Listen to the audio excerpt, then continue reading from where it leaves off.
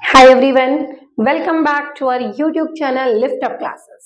Guys, English में हमारा जो लास्ट टॉपिक था वो था आर्टिकल्स, जिसमें मैंने आपको इंडेफिनिट आर्टिकल डिस्क्राइब किया यूज ऑफ ए और एन। आज उससे रिलेटेड थोड़ी सी प्रैक्टिस करते हैं। जो कुछ भी डाउट्स हैं related to a and an वो आज हम क्लियर करेंगे।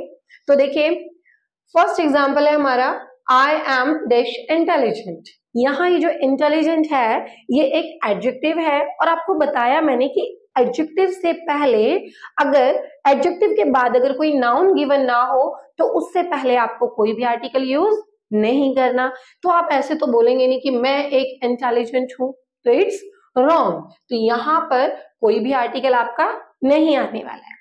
लेकिन यहाँ देखिए, I am dash intelligent girl. अब यहाँ तो मैंने इंटेलिजेंट के बाद गर्ल भी दे रखा है। अब गर्ल क्या है? एक नाउन है और इंटेलिजेंट क्या है? एक एडजेक्टिव है। तो आपको यहाँ पर इस नाउन को देखते हुए इसके साथ क्या यूज करना है? आर्टिकल यूज करना है। अब ये आई है, आई आपका वॉवल है, लेकिन इसकी साउंड क्या है? ई। मैंने आपको ये भी बताया था कि आपको ए ई आई ओ यू को तो फॉलो करना ही नहीं है, फॉलो क्या करना है? इनकी साउंड को फॉलो करना है। तो अगर अब आप साउंड देखें तो इंटेलिजेंट की साउंड क्या है?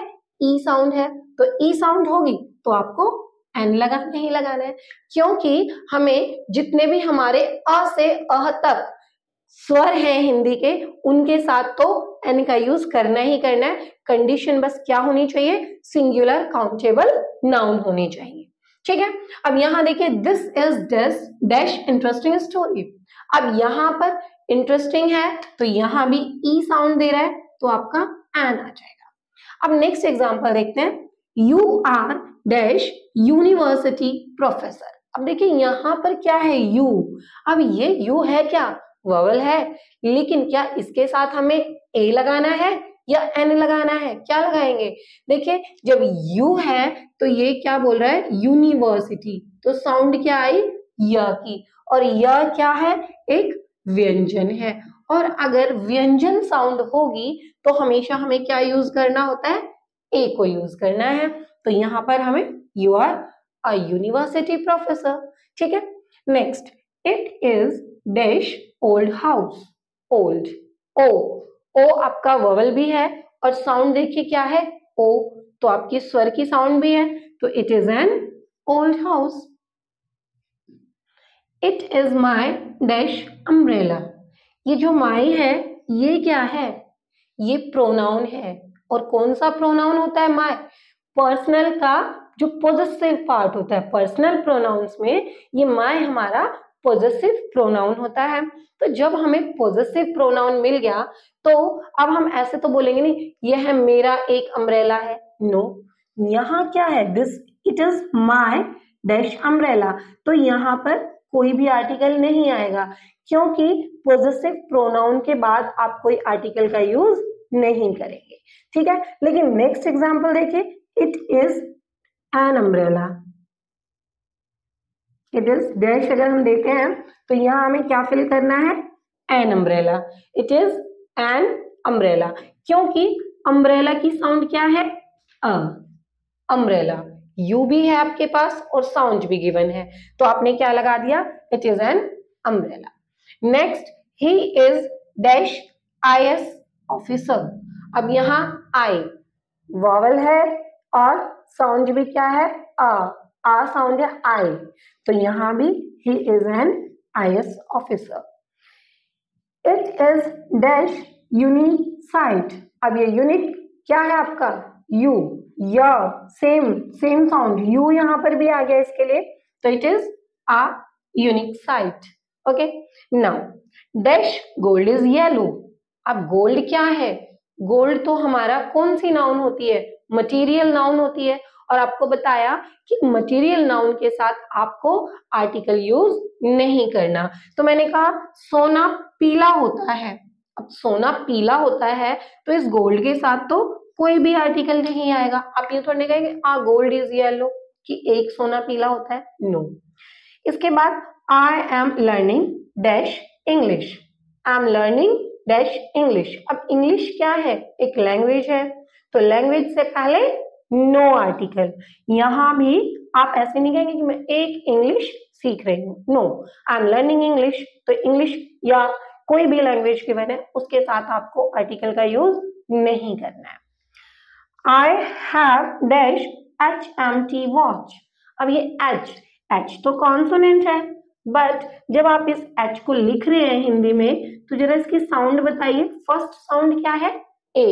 H को जब हम लिखेंगे तो साउंड दे रहा है A, और A साउंड मिलते के साथ हमें क्या लगाना है? I have an HMT watch। तो यहां पर आपको आर्टिकल N का यूज करना है। Do you like dash coffee? Do you like dash coffee. अब कॉफी क्या है? कॉफी फिर से मटेरियल नाउन है भाई। जितनी भी धातु या पदार्थवाचक जो संज्ञा होती हैं वो क्या है? आपकी मटेरियल नाउन है। गाइस, नाउन्स के टॉपिक को हम ऑलरेडी कर चुके हैं, लिंक आपको डिस्क्रिप्शन में मिल जाएगा। आप लिंक से नाउन के टॉपिक को क्लियरली पढ़ सकते हैं, ठीक है। तो यहाँ पर हमने क्या देखा? Do you like coffee. अब ये कॉफी क्या है? कॉफी हमारा मटेरियल नाउन है, और मटेरियल नाउन के साथ दोबारा से हमें क्या आर्टिकल को यूज नहीं करना, क्योंकि मटेरियल नाउन क्या होती है? अनकाउंटेबल नाउन्स होती हैं, और आर्टिकल हमेशा सिंगुलर काउंटेबल नाउन के साथ यूज होंगे। तो कॉफी के साथ भी आपका कोई भी आर्टिकल यहाँ पर यूज नहीं होगा। Next, this is dash ink. अब ये इंक भी लिक्विड ही होती है, तो जितने भी आपके लिक्विड चीजें होती है उनके साथ आपको कोई भी आर्टिकल यूज नहीं करना है। तो यहां भी आपका कोई आर्टिकल यूज नहीं होगा। लेकिन देखिए, this is dash ink pot. अब इंक पोट, अब वो जो इंक है ना वो एक पोट के अंदर है, तो क्या पोट्स को हम काउंट कर सकते हैं? ऑब्वियसली कर सकते हैं। तो वो हमारा क्या हो गया? काउंटेबल नाउन हो गया। तो उसको हम क्या कहेंगे? This is an ink pot.